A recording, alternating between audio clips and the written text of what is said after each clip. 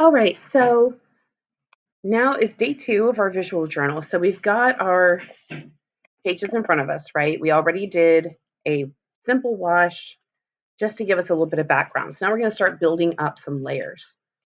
So for this week, we're going to add texture with a little bit of bubble wrap.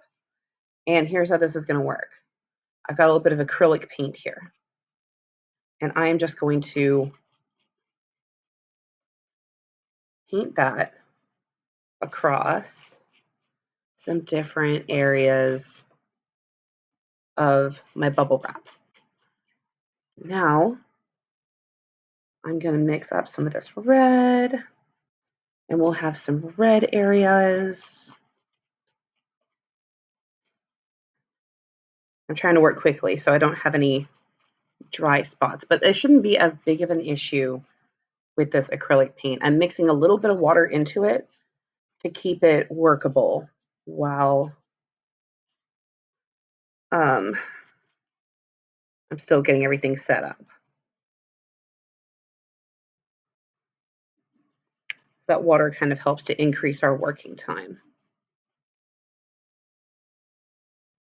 Okay, so I've got this whole thing kind of ready. So I'm just going to press it down a little bit. I'm not mashing it on there or popping bubbles. I'm going to mash it again. I'm going to press it here. I can press it down there. And so I'm almost using it like a stamp. And it can overlap. That's fine. That's just more layers, right? So before I move on to this next page, I might go ahead and reapply because I can see that, these later ones that I'm doing, they are losing their paint. So I'm just going to take my brush again.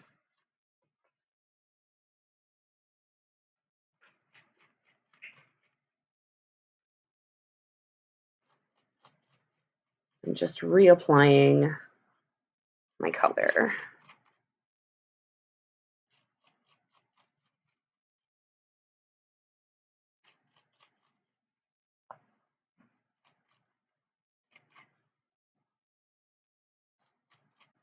I feel like I don't have enough red here.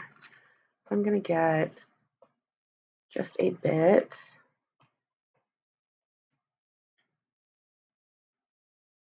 of my red.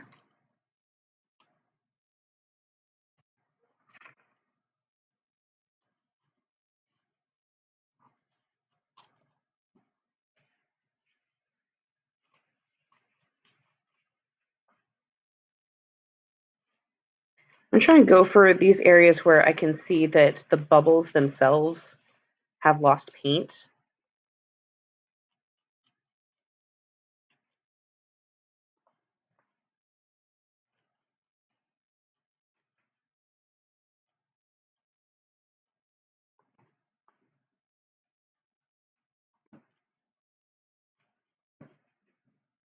Okay, so before that dries out, we'll go ahead and the same thing here. I started up at the top on the other side, so I'm going to start at the bottom on this side.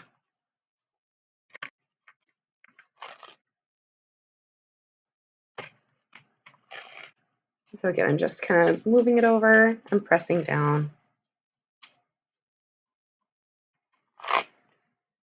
And repeating that process until I've gotten most of the page. I'm going to come back and kind of fill in a couple of these emptier spots on my first page too. Oops. Okay, and I pressed too hard there, and that's what happens when you press too hard. So you do want to try to have a gentle touch. There, and that is it. So we're going to set this aside for just a second to dry. And it really won't take long. I think we can go ahead and just give this a second, and then it'll be ready for stenciling. So you may want to, at this point, start adding some color to those sketches that you did. I've got a couple here, elements that I can go ahead and paste into my background.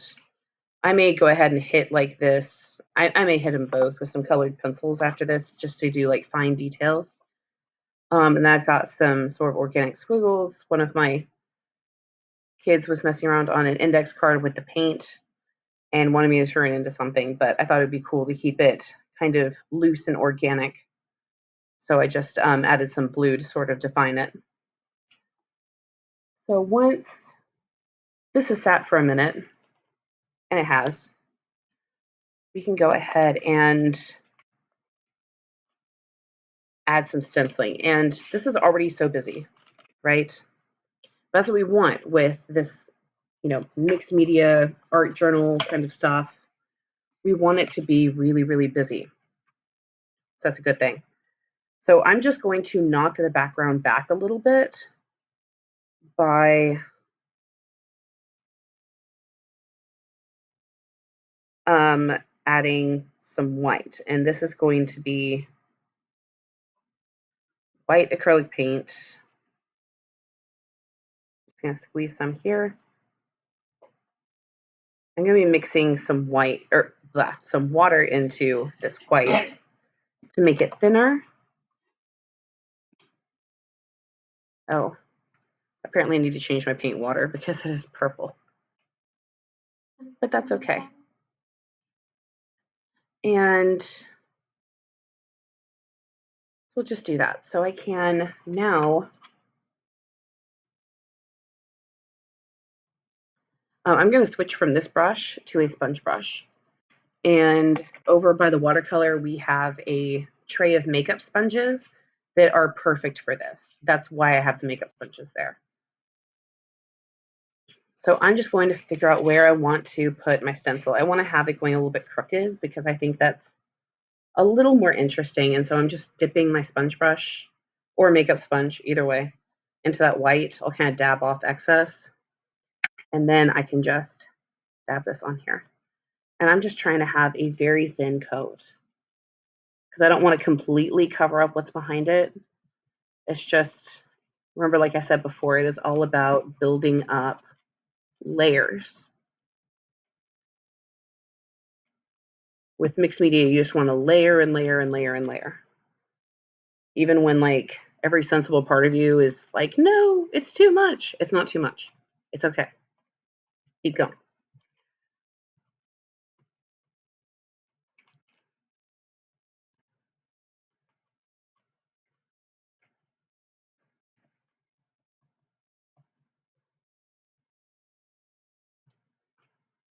Okay, and then you can peel your stencil back. And so we've got some of that going on. And we can, I think I'm going to do another one over here. And so we'll just mix a little bit more water into my white, rehydrate it a bit.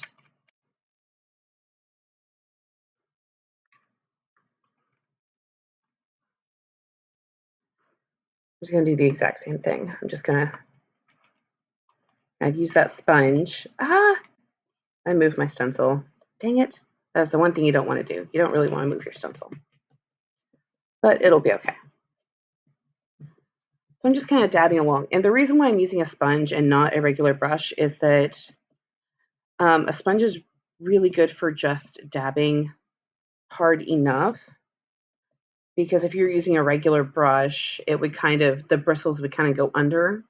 When it hit, the bristles would kind of go under the edge of the stencil. And then it would bleed under the edge. And we don't want that.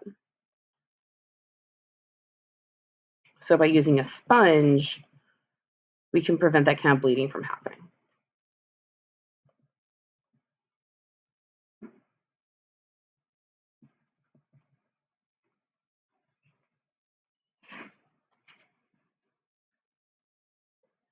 And so what ends up happening is we don't have a really clear idea of what the stencil even is, but it's adding a little bit more texture. It's lightening the whole thing up a little bit. So we're knocking the background back. And that really is what we were going for.